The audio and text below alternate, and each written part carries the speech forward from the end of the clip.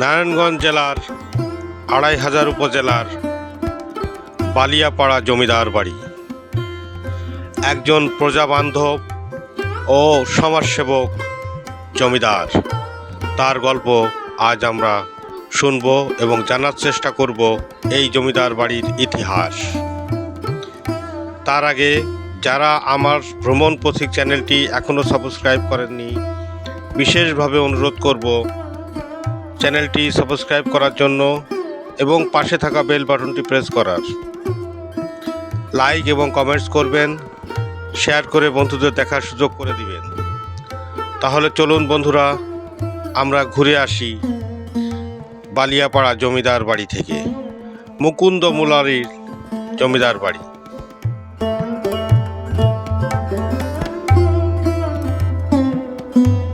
আসসালামু আলাইকুম রহমতুল্লাহি বারাকাতুহু।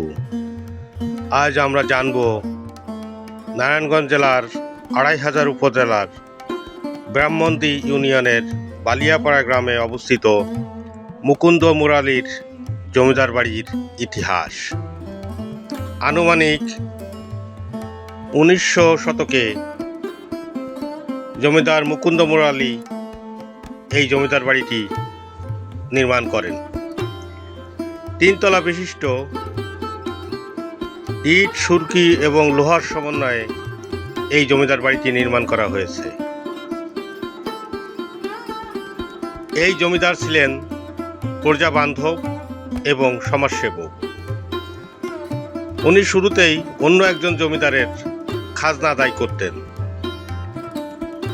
পরবর্তীতে ব্রিটিশের নিকট থেকে ২৫০০-এ এই জমিদারি উনি কিনে নেন।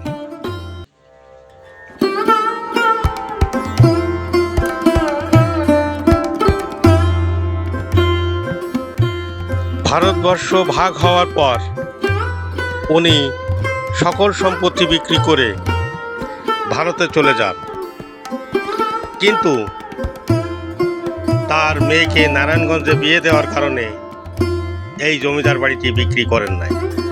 এই বাড়িটি মেয়ে এবং জামাইকে উপহার দিয়ে যান।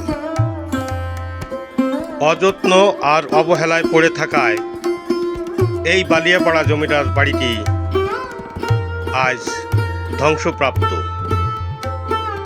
ভবনটি টিকে আছে কঙ্কালসার অবস্থায়।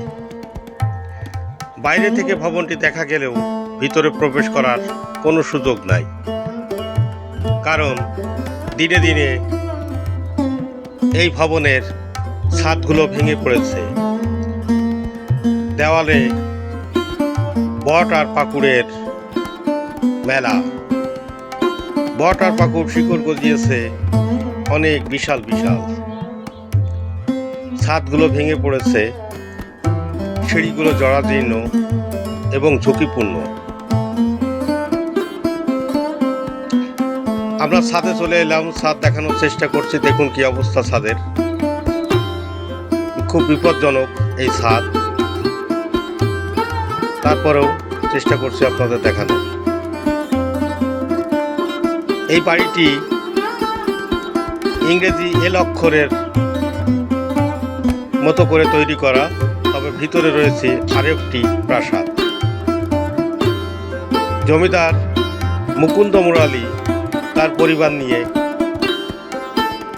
এই জমিদার বাড়িতে বসবাস করতেন এবং এখান থেকে খাজনা আদায় করতেন। ওনার হাত ধরে অত্র এলাকায় বিভিন্ন সামাজিক প্রতিষ্ঠান গড়ে উঠেছেন। এই বাড়িটি উনি একসময় স্কুলের জন্য বরাদ্দ করেন। মাত্র ৫,০০০ টাকার বিনিময়ে স্কুল কর্তৃপক্ষের কাছে উনি ইজারা দিয়ে দেন। আপনারা দেখতেই পাচ্ছেন ছাদের কড়িবর্গার কি অবস্থা।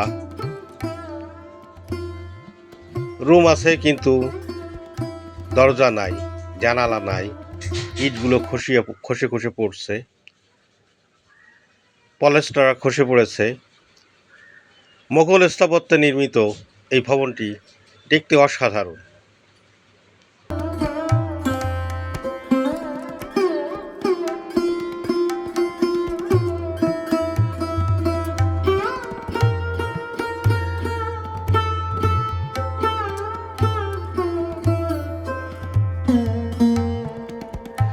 ভ্রমণ পথিকের পক্ষ থেকে আপনাদের অসংখ্য ধন্যবাদ এতক্ষণ সাথে থাকার জন্য, মনোযোগ দিয়ে ভিডিওটি দেখার জন্য।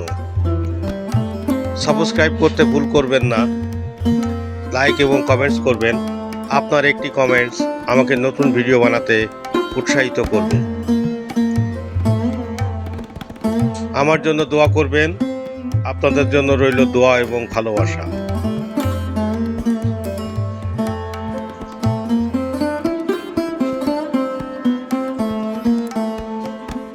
আমি সাধারণত প্রাচীন স্থাপনা নিয়ে কাজ করে থাকি এবং কন্টেন্ট তৈরি করি।